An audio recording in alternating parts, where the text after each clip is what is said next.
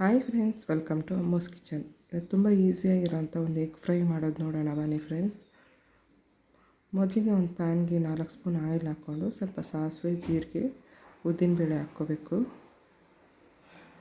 ನಂತರ ಒಂದು ದೊಡ್ಡದು ಈರುಳ್ಳಿ ಸಣ್ಣಗೆ ಕಟ್ ಮಾಡಿ ಹಾಕ್ಕೊಂಡು ಸ್ವಲ್ಪ ಕರಿಬೇವಿನ ಸೊಪ್ಪು ಆ್ಯಡ್ ಮಾಡ್ಕೋಬೇಕು.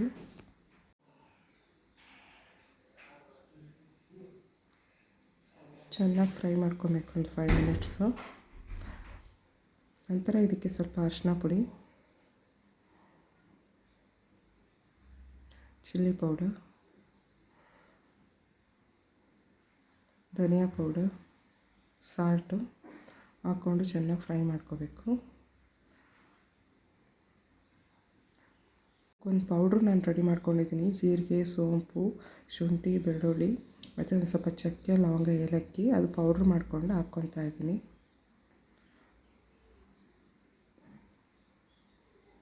ಒಂದು 5 ಮಿನಿಟ್ಸ್ ಹಾಗೆ ಫ್ರೈ ಮಾಡ್ಕೋಬೇಕು.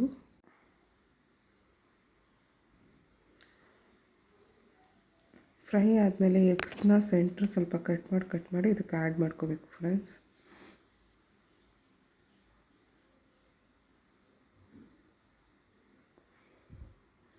ಹಾಗೆ ಒಂದು 5 ಮಿನಿಟ್ಸ್ ಹಂಗೆ ಫ್ರೈ ಮಾಡ್ಕೋಬೇಕು. ಸ್ವಲ್ಪ ಕೊತ್ತಂಬರಿ ಸೊಪ್ಪು ಇದಕ್ಕೆ ಆ್ಯಡ್ ಮಾಡ್ಕೋಬೇಕು. ತುಂಬ ಟೇಸ್ಟಾಗಿರೋಂಥ ಒಂದು ಎಗ್ ಫ್ರೈ ಸಿಂಪಲ್ಲಾಗಿ ಮಾಡೋದು ರೆಡಿ ಆಯಿತು ಫ್ರೆಂಡ್ಸ್. ನೀವು ಟ್ರೈ ಮಾಡಿ ಹೇಗಿತ್ತು ಅಂತ ಕಮೆಂಟ್ ಮಾಡಿ, ಲೈಕ್ ಮಾಡಿ, ಸಬ್ಸ್ಕ್ರೈಬ್ ಮಾಡಿ. Thank you friends.